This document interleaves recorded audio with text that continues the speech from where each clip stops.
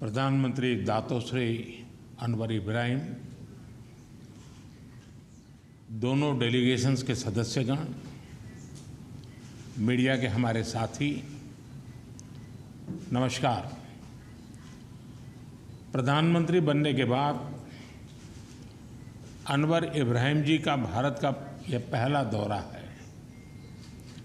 मुझे खुशी है कि मेरे तीसरे कार्यकाल की शुरुआत में ही भारत में आपका स्वागत करने का अवसर मिल रहा है। फ्रेंड्स, भारत और मलेशिया के बीच एनहांस्ड स्ट्रेटेजिक पार्टनरशिप का 1 दशक पूरा हो रहा है और पिछले 2 सालों में प्रधानमंत्री अनवर इब्राहिम के सहयोग से हमारी पार्टनरशिप में एक नई गति और ऊर्जा आई है। आज हमने आपसी सहयोग के सभी क्षेत्रों पर व्यापक रूप से चर्चा की। हमने देखा कि हमारे द्विपक्षीय व्यापार में निरंतर प्रगति हो रही है। अब हमारा व्यापार रुपये और रिंगिट में भी हो रहा है। गत वर्ष में मलेशिया से भारत में $5 बिलियन के निवेश पर काम हुआ है।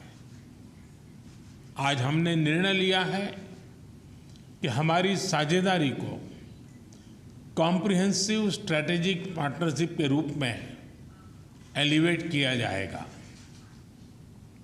हमारा मानना है कि आर्थिक सहयोग में अभी और बहुत पोटेंशियल है। द्विपक्षीय व्यापार और निवेश का विस्तार किया जाना चाहिए। नए तकनीकी क्षेत्रों जैसे कि सेमीकंडक्टर, फिनटेक, रक्षा उद्योग, AI और क्वांटम में हमें आपसी सहयोग बढ़ाना चाहिए। हमने भारत और मलेशिया के बीच कॉम्प्रिहेंसिव इकोनॉमिक कोऑपरेशन एग्रीमेंट के रिव्यू में गति लाने पर बल दिया है। डिजिटल टेक्नोलॉजी में सहयोग के लिए डिजिटल काउंसिल की स्थापना करने का और स्टार्टअप अलायंस बनाने का निर्णय लिया है। भारत के UPI और मलेशिया के PayNet को जोड़ने के लिए भी काम किया जाएगा।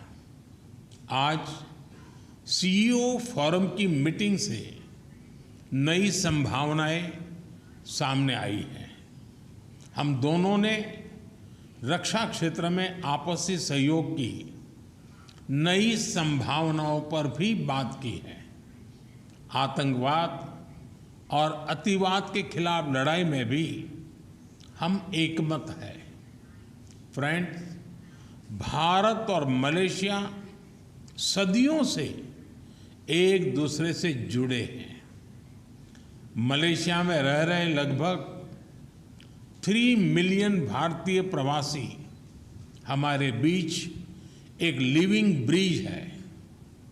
भारतीय संगीत, खानपान और फेस्टिवल से लेकर मलेशिया में तोरण गेट तक हमारे लोगों ने इस मित्रता को संजोया है। पिछले वर्ष मलेशिया में हुआ PIO डे एक बहुत सफल और लोकप्रिय कार्यक्रम था। जब हमारे नए संसद भवन में सेंगोल की स्थापना हुई तो उस ऐतिहासिक क्षण का जोश मलेशिया में भी देखा गया। आज वर्कर्स के एम्प्लॉयमेंट संबंधी समझौते से भारत से वर्कर्स की भर्ती के साथ साथ उनके हितों के संरक्षण को भी बढ़ावा मिलेगा। लोगों के आवागमन को सरल बनाने के लिए हमने वीज़ा प्रोसीडर्स को आसान बनाया है। विद्यार्थियों के लिए स्कॉलरशिप और सरकारी अधिकारियों के प्रशिक्षण पर बल दिया जा रहा है। अब आईटेक स्कॉलरशिप के अंतर्गत मलेशिया के लिए साइबर सुरक्षा और एआई जैसे अत्याधुनिक कोर्स के लिए 100 सीटें विशेष रूप से आवंटित की जाएगी। मलेशिया की यूनिवर्सिटी तुनकू अब्दुल रहमान, उसमें एक आयुर्वेद चेयर स्थापित की जा रही है। इसके अलावा मलया यूनिवर्सिटी में तिरुवल्लुवर चेयर स्थापित करने का निर्णय भी लिया गया है।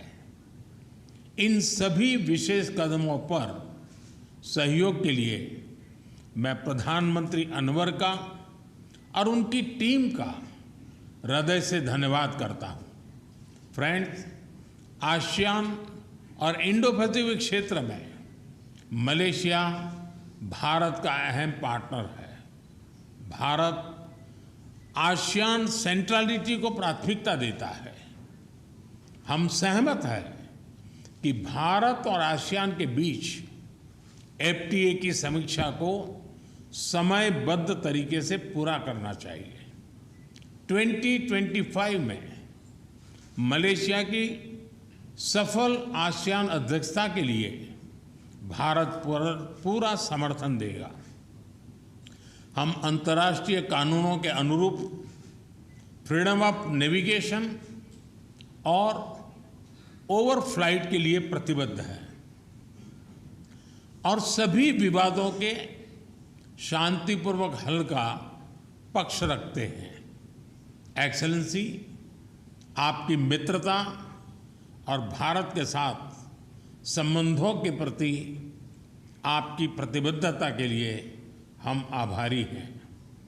आपकी इस यात्रा से आने वाले दशक के लिए हमारे संबंधों को एक नई दिशा मिली है। मैं फिर एक बार आप सबका बहुत बहुत धन्यवाद करता हूँ।